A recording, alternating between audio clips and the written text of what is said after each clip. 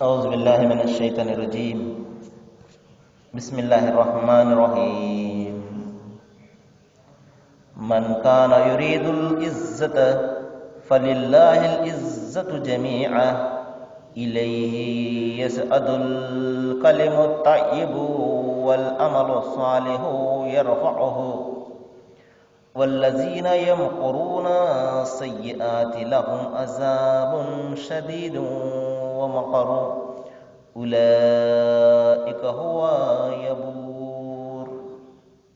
صدق الله العظيم. అనంత కరుణామయుడు, అపార కృపాశీలుడు,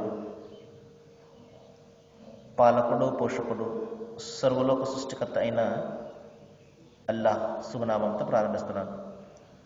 సోదరులారా, సోదరిమణులారా, అయ్యలారా, అమ్మలారా, అస్సలాము అలైకుం రహమతుల్లాహి వబరకాతుహు.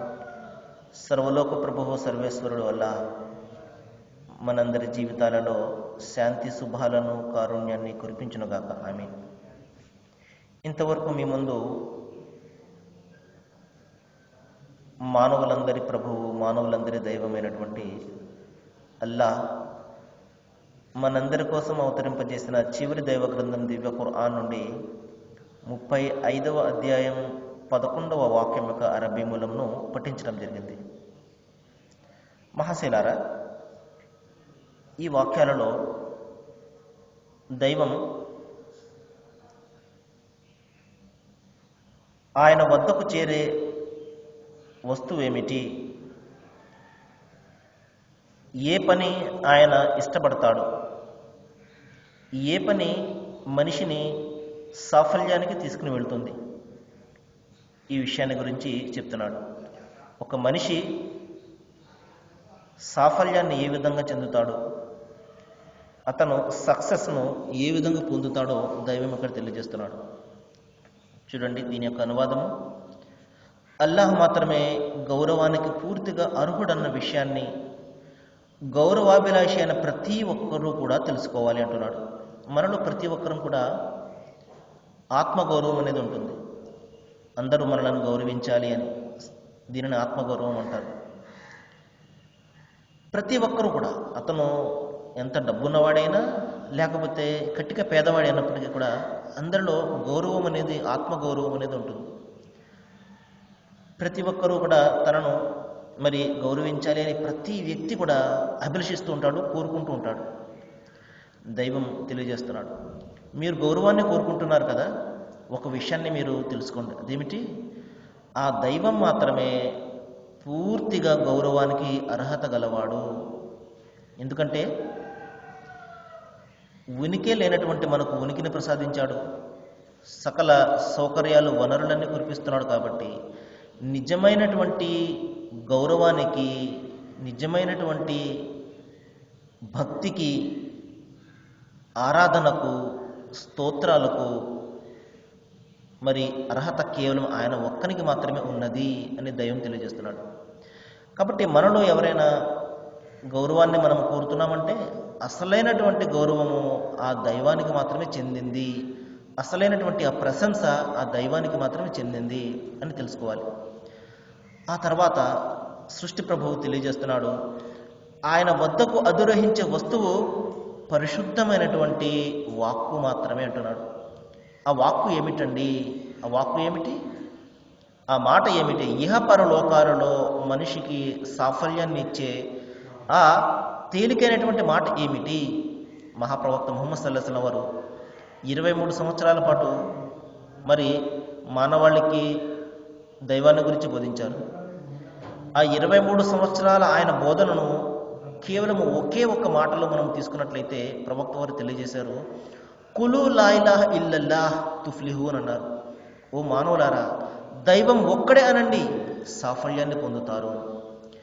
కాబట్టి మహాశయులారా, లా ఇలాహ ఇల్లల్లా అంటే ఏ దైవం కూడా లేడు, కేవలము ఆ ఒకే ఒక సృష్టికర్త, ఒకే ఒక విశ్వప్రభువు, ఆ ఒకే ఒక అల్లాహ్, ఆ ఒకే ఒక సర్వేశ్వరుడు, ఆ ఒకే ఒక యెహోవా. ఆయన తప్ప మరొక ఆరాధ్యుడు లేడు.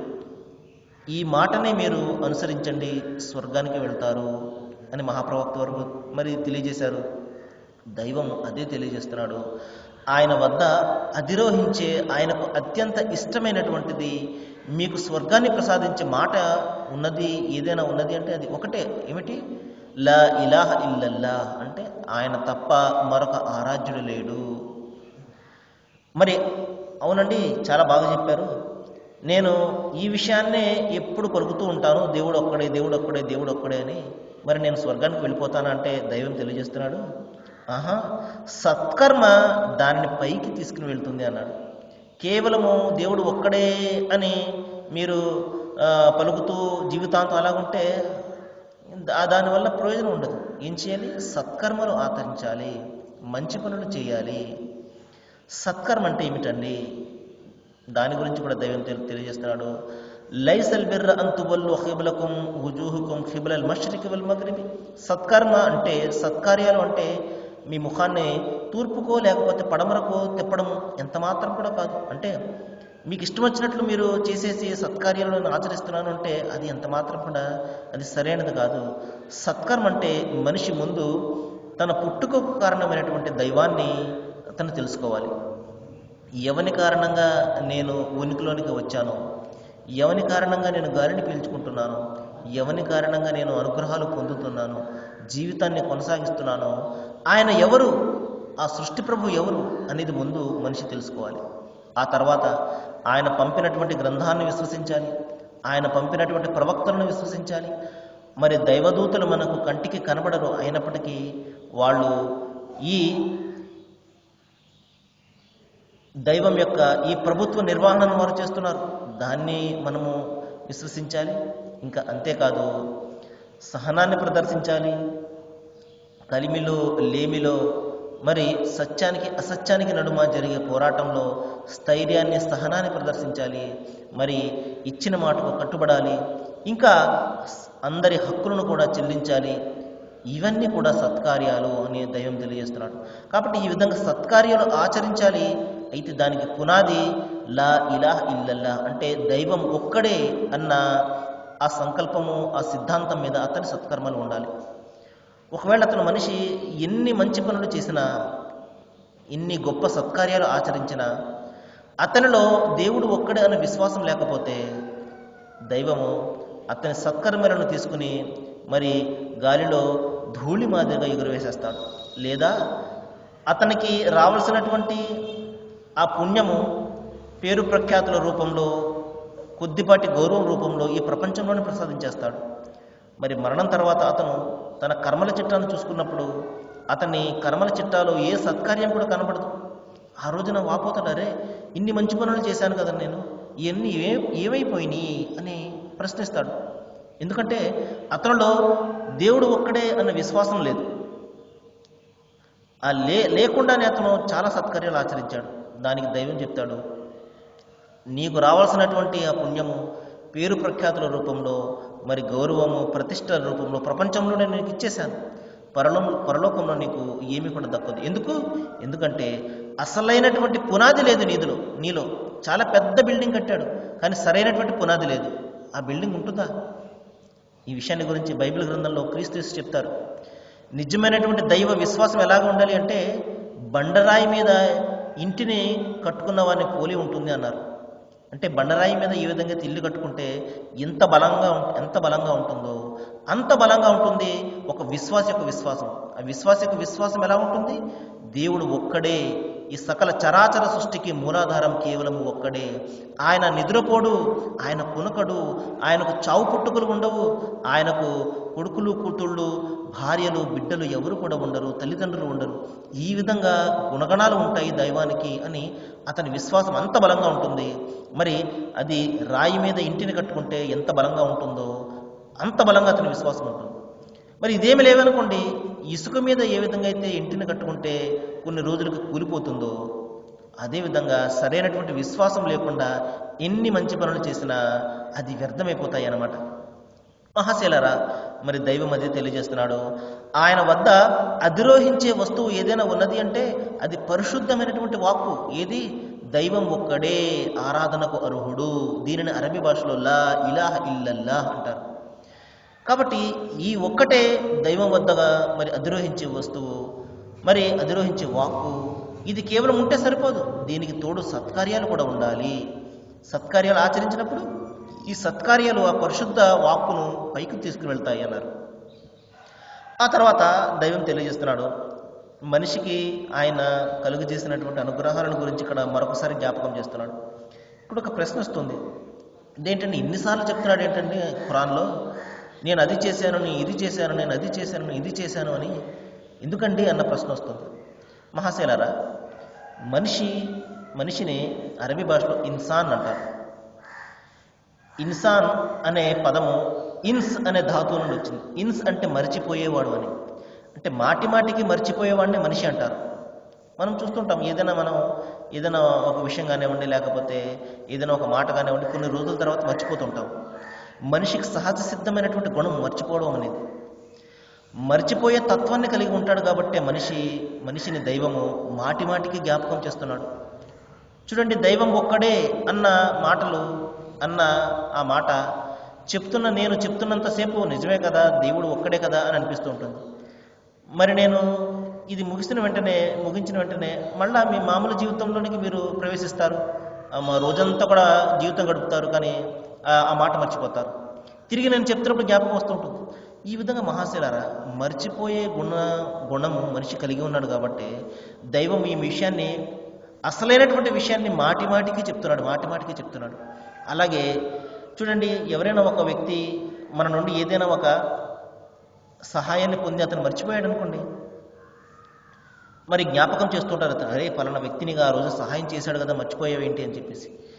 ఈ విధంగా మనము మర్చిపోతున్నాం కాబట్టి దేవుని యొక్క అనుగ్రహాలను అనునిత్యం కూడా పొందుతూనే ఉంటాము, వారను పొందుతుంటాము, గాలిని పీల్చుకుంటూనే ఉంటాం. మనము ప్రతిరోజు కూడా మరి ప్రతి క్షణం కూడా గాలిని పీల్చుకుంటూనే ఉంటాము. కానీ ఈ గాలిని ఇస్తున్నటువంటి, ఈ ఆక్సిజన్ ఇస్తున్నటువంటి ఆ దైవాన్ని గురించి ఆలోచన చేస్తామా?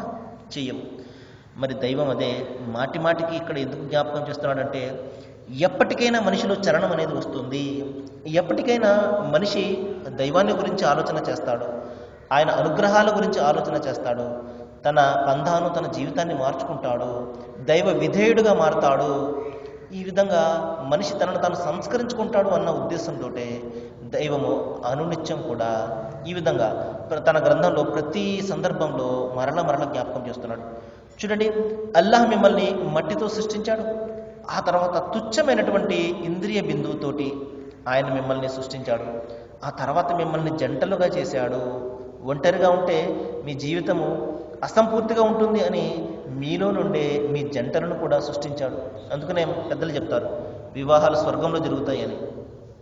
ఈ విధంగా అల్లాహ్, ఆ దైవము ఒక మనిషి యొక్క జంటను ఆయన ముందే తయారు చేసి పెడతాడు.